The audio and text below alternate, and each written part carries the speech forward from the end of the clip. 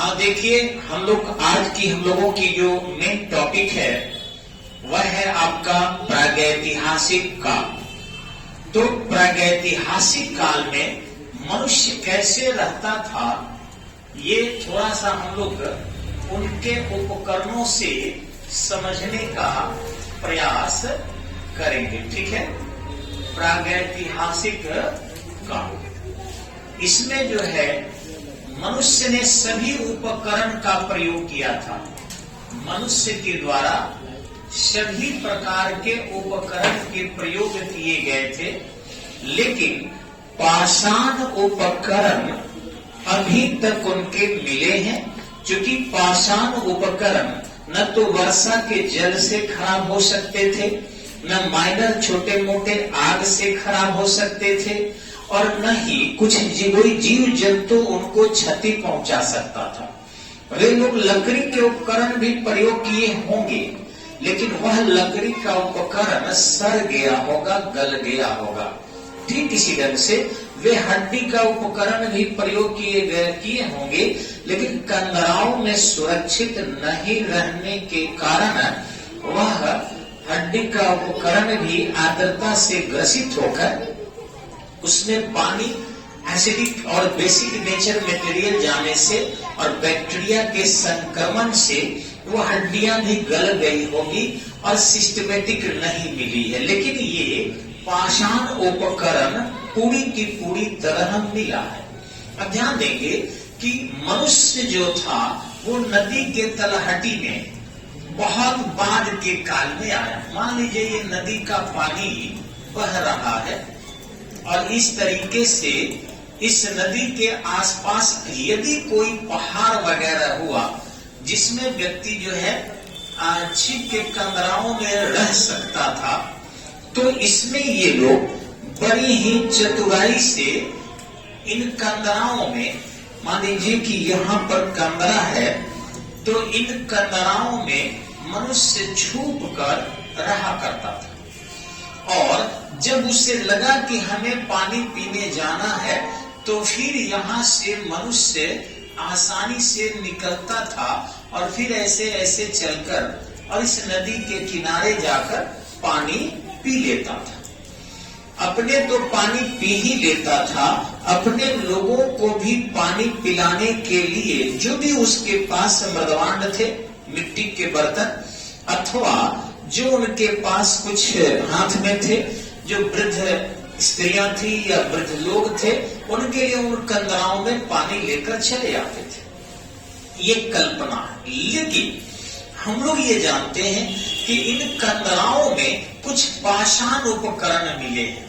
अब सबसे पहले जो पाषाण उपकरण मिले हैं वो अनसिस्टमेटिक है। कोई भी पाषाण उपकरण उनके सिस्टम के नहीं है, क्योंकि वो नदी के बहाव के दूरस्थ मार्ग पर नहीं, बल्कि नदी के बहाव के उद्गम स्थल के आसपास रहते थे। जैसे पाकिस्तान में सोहन नदी है, उनके आप सोपानी के क्रम में जाके देखेंगे, जो नदियों के बहाव से, उनके लहरों से टकराकर और सीढ़ी की तरफ बन जाता है आकृति, उसको सोपान कहते हैं।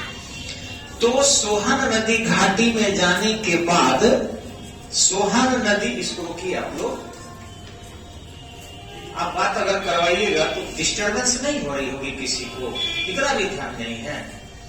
सोहन नदी घाटी में यदि आप जा रहे हैं तो वैसी स्थिति में देखेंगे सोपान क्रम में लोग उतरता था और फिर लेता था, प्रमाण मिला है। सबसे पहली बस्ती जब देखेंगे तो सबसे ऊपरी क्रम में था, और उसके बाद धीरे धीरे धीरे धीरे लोग निचले क्रम में आता गया। अब सबसे ऊपरी क्रम में जब पत्थर टूटता है तो वो उतना अधिक अपरदित नहीं होता है, मतलब इरेजिंग उनका बहुत ज्यादा नहीं होता है। अब पत्थर जो टूटा वो बहुत ज्यादा अगर इरेजिंग नहीं हो, थोड़ा सा इरेजिंग हो, तो वो ऐसे ही टेढ़ा मेढ़ा होता है। इस टेढ़े मेढ़े पत्थर को कांगलो मरेट कहा गया, कांगलो मेरेट कहा गया। और इस उपकरण को प्रयोग करने के कारण इस पूरे संस्कृति को कांग्लोमरेट कल्चर या कांग्लोमरेट संस्कृति कहा गया। अब इस पत्थर को लोग लेकर छोटे छोटे नदियों में जो टूट फूट कर आए थे, जैसे मान लीजिए अखरोट हुआ या अन्य पदार्थ हुए, उसको वो लोग तोड़ तोड़ कर ऐसे मार कर, जैसे बंदर आज भी देखिएगा किसी पर प्रहार करता है तो वैसे ही करता है। मनुष्य भी चूंकि बंदर के ही एक लंगूर के ही प्रजाति में से एक है, तो उसने करते क्या थे कि ऐसे पत्थर उठाकर फिर ऐसे मारते थे, फिर ऐसे उठाकर ऐसे मारते थे, और इस तरीके से तोड़ तोड़ कर और फिर उसे खाते थे। तो इस तरीके से उन्होंने ये अपरिष्कृत पत्थर का सबसे पहले प्रयोग किया था। अतः इसको हम लोग कांग्लोमरेट संस्कृति कहते हैं। यानी फर्स्ट बार मनुष्य जिस सभ्यता और संस्कृति का विकास किया, इस उपकरण के कारण हम लोग कांग्लोमरेट संस्कृति कहते हैं। एकदम कन्फर्म इसको जान लीजिए। अब दूसरे तरफ हम जाएंगे थोड़ा सा और देखेंगे कि उस काल में लोग क्या करता था। मान लीजिए कि मैं फिर बता रहा हूं आपको, ये नदी है और इस नदी में लोग, मान लीजिए ये पानी बह रहा है, अंदाजा लग ही जाएगा कि जल जो है कभी भी गिर बनाए नीचे आता है। और मान लीजिए कहीं यही पहाड़ है और मनुष्य ऐसे जो है इन पहाड़ में, फिर ये नदी यहाँ से आई हुई है इस पहाड़ को काटते हुए, और कहीं हो इस कंदरे में हो या इस कंदरे में हो, कहीं भी यदि मनुष्य है, तो वैसी स्थिति में मान लीजिए यहाँ तक यदि कंदरा है और यहाँ मनुष्य जो है इन कंदराओं में अगर ऐसे रह रहा है, यहाँ पर मनुष्य मान लीजिए ये मैंने आपको मनुष्य बना दिया, छोटा सा रह रहा है, तो यह इसके अंदर उपकरण मिला जो नदियों में पाया जाना चाहिए। तो सबसे पहले जो उपकरण उन्होंने खोजा था, मैंने आपको लिखा कांग्लोमरेट, कांग्लोमरेट, ठीक है, संस्कृति, कांग्लोमरेट संस्कृति। इसके अंदर वही अपरिष्कृत पत्थर थे, ठीक है, जो भी पत्थर मिले हैं वो सब अपरिष्कृत पत्थर मिले हैं। जब हम दूसरे कल्चर में जाते हैं, जस्ट उससे डेवलप वाला में, वो भी पत्थर बहुत परिष्कृत नहीं था, वो भी पत्थर बहुत परिष्कृत नहीं था, यानी अपर्दित नहीं था, लेकिन इन पत्थरों से थोड़ा ज्यादा अच्छा पत्थर जरूर था, जिसको हम लोग ब्रेसिया कहते हैं। जिसको क्या कहते हैं? ब्रेसिया। ब्रेसिया संस्कृति उसे कहा जाता है। अब इस ब्रेसिया संस्कृति में जो हमें उपकरण मिले हैं, ये सभी उपकरण ज्यादा नुकीले होते थे। इसी मुख को हम लोग ब्रेसिया कहते हैं, जो नुकीला हो जाए।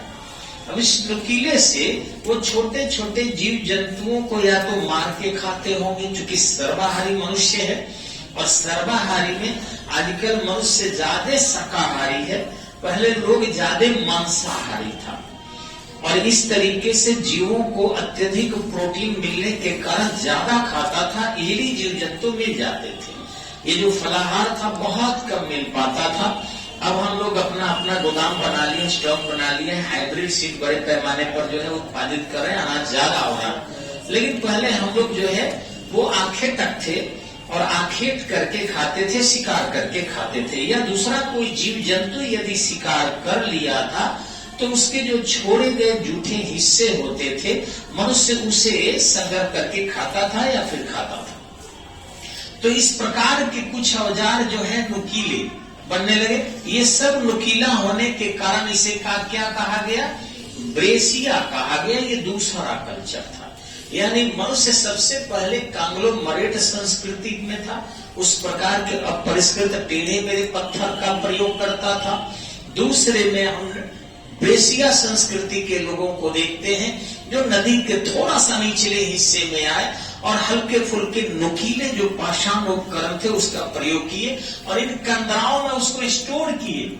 ऐसा नहीं कि हम नदियों में देखे हैं, देखे कि कंदराओं में बहुत बिटोरे गए कांग्लोमरेट हैं या बहुत बिटोरे गए जो है पत्थर है, ब्रेशिया है, नुकीला है, और उसके तहां से किसी न किसी प्रकार का कोई कटिंग किया गया है, जिससे लगता है कि वो लोग इन पत्थरों का प्रयोग करते थे, मनुष्य रहते थे। केवल पत्थर से नहीं, अन्य बहुत सारे शैल चित्र मिले हैं जिससे भी हम बहुत सारे प्रमाण हैं, लेकिन इससे हम ज्यादा महत्व देते हैं और इसी से ब्रेशियन कल्चर कहा गया।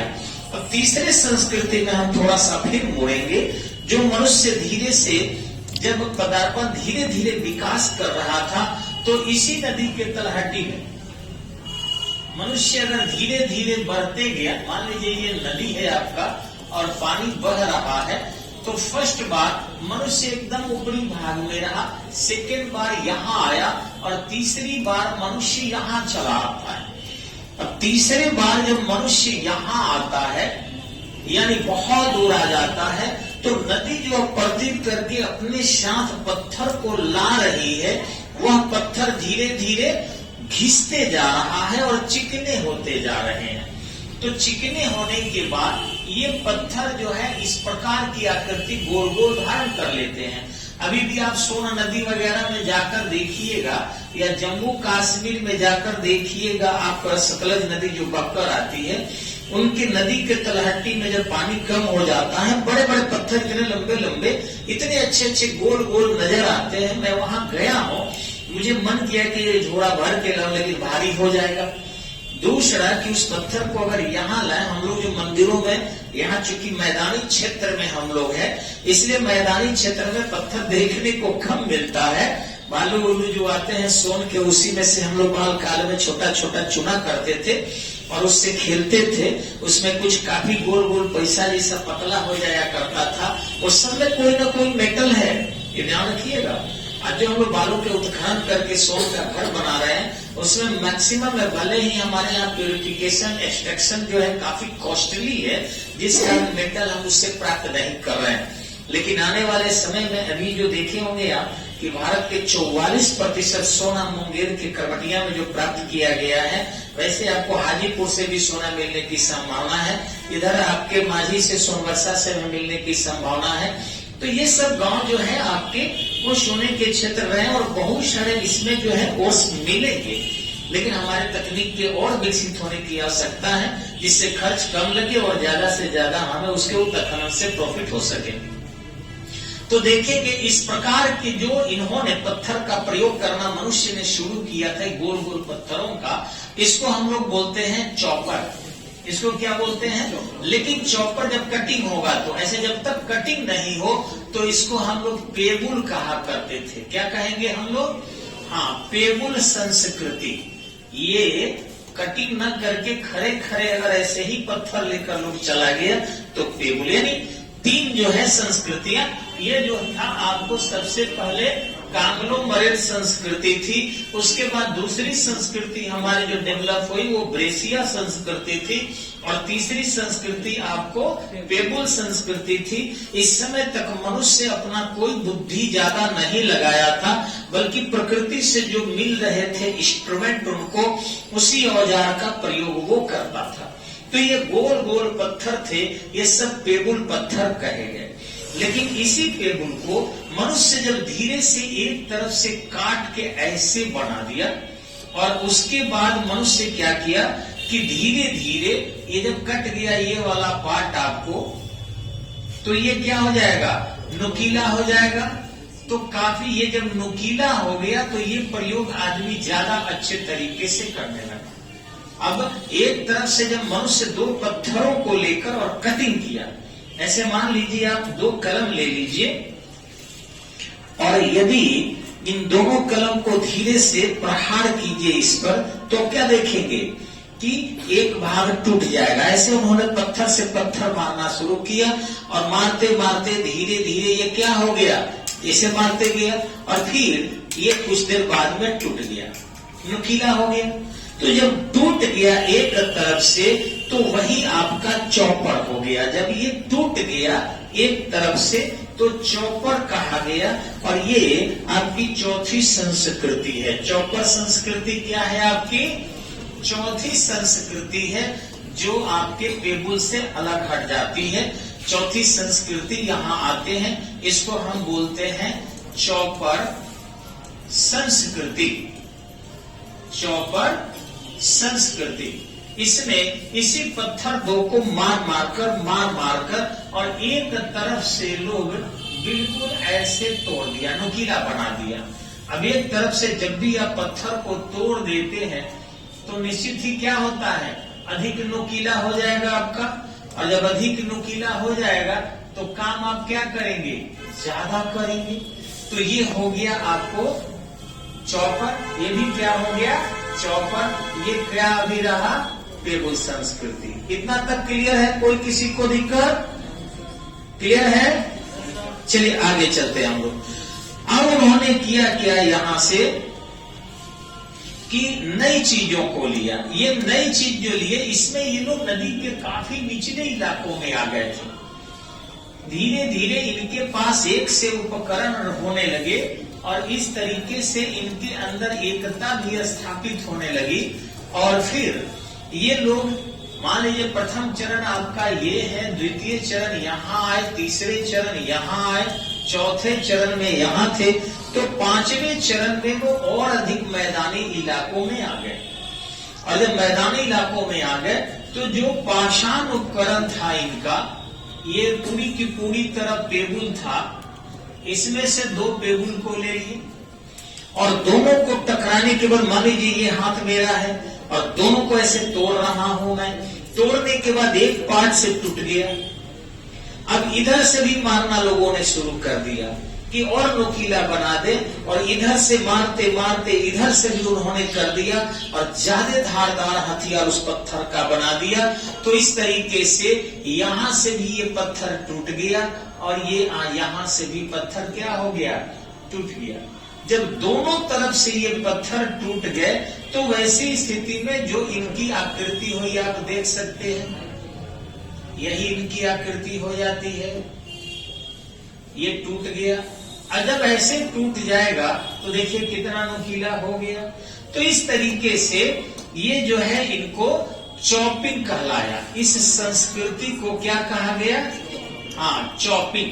एक तरफ तोड़ने पर चॉपर और दोनों तरफ तोड़ने पर ये चॉपिंग संस्कृति कहा गया। इस संस्कृति के लोग थोड़ा और विकास कर दें। अब ध्यान रखेंगे कि जब इस तरीके के औजार वो बनाने लगे तो ज्यादा उनमें तेजी आई, यानी ज्यादा वो प्रहारक हो गए। किसी जीव को मारना, गर्दन को काट देना, फल को चीर देना, आसानी से खा लेना वगैरह वगैरह ये काम करने लगे। यानी मनुष्य धीरे धीरे उपकरण को खोजकर अपने संस्कृति का विकास करने लगा। लेकिन इसी क्रम में उनके ये धारदार हथियार जो है, ये नाखून जो निकला हुआ भाग था, ये टूटने लगा। अब जब टूट गया तो पूरी औजार ही इनकी क्या हो गई, समाप्त हो गई। दूसरी चीजें कि इस औजार को, यहां तक आप नोट कर लिए ना जी? जी जी ठीक है। अब इसके बाद यानी चॉपिंग के बाद उन्होंने देखा कि अरे हाथ से मारना पड़ रहा है, हाथ में चोट लग रही है, तो क्यों नहीं हम इसमें किसी प्रकार का हंडिल लगा दें। तो उन्होंने इस पाषाण उपकरण में हंडिल लगाना शुरू कर दिया। यहां छेद कर दिया उन्होंने और फिर यहां से उन्होंने एक अच्छा खासा जो है हंडिल लगा दिया। और ये जो है आपका चॉपिंग जो था ऐसे बना हुआ, इस चॉपिंग को वो अपना धारदार रखे, थोड़ा सा मिटा देते हैं तो आपको दिख जाएगा कि किस तरीके के उनके औजार दिख रहे थे। ठीक है, तो इस ढंग से उनके औजार क्या हो गए, काफी धारदार हो गए। और इस तरीके से इस औजार से वो लोग प्रयोग करना शुरू कर दिया। अब ये धारदार हथियार से जब ये हंडिल पकड़कर जो हम लोग की कुल्हाड़ी है वो मारने लगे, तब बल गुने बल बाहु फिजिक्स में पढ़े हैं आप लोग, कि ज्यादा बल लगाने लगा लोग और इस ढंग से ज्यादा प्रहारक हो गया, संहारक हो गया, या ज्यादा वर्क करने लगा लोग, हाथों में कम चोट आने लगी। तो ऐसे संस्कृति को हैंडेक्स कल्चर कहा गया। क्या कहा गया, हैंडेक्स संस्कृति कहा गया। ऐसे लोग हैंडेक संस्कृति के कहे गए। और इस काल में लोग ज्यादा तरक्की किया, बहुत तरक्की किया, क्योंकि इस उपकरण के निर्माण से कार्य दक्षता में काफी वृद्धि हुई। इतनी ज्यादा तेजी आई कि मनुष्य जो है जीव जंतुओं पर भी इससे प्रहार करने लगा, इससे लकड़ियां भी काटने लगा, शिकार भी करने लगे और उनके आय भी काफी बढ़ गए। इसलिए अपने घर में अपने परिवार के सदस्यों को रखने लगे जो कंदराओं में रहा करते थे, और उनकी आबादी भी धीरे धीरे क्या होने लगी, बढ़ने लगी। विज्ञान ही तो क्या करता है, मनुष्य को सुरक्षा देता है, और ये उनका वैज्ञानिक खोज सबसे अद्भुत था। लेकिन मैंने यहाँ जो बताया ये एक समस्या थी कि अगर उस पत्थर का अगला भाग जो धारदार है टूट जाए तो पूरा ये हैंडक्स क्या हो जाएगा, बर्बाद हो जाएगा। फिर उन्हें बनाना पड़ेगा नए उपकरण को, जो उनके लिए क्या था, काफी दुरूह कार्य था, कठिन था। तो वे, चूंकि मनुष्य सबसे ज्यादा तार्किक प्राणी है, मनुष्य सबसे ज्यादा तार्किक प्राणी है, और उनकी तर्कशीलता है विकास का कारण बनती है। अब देखे होंगे कुछ लोग कहते ईश्वर होता है, कुछ लोग कहते ईश्वर नहीं है, दोनों करेक्ट है। कुछ लोग कहते हैं भूत होता है, कुछ लोग कहते हैं भूत नहीं होता है।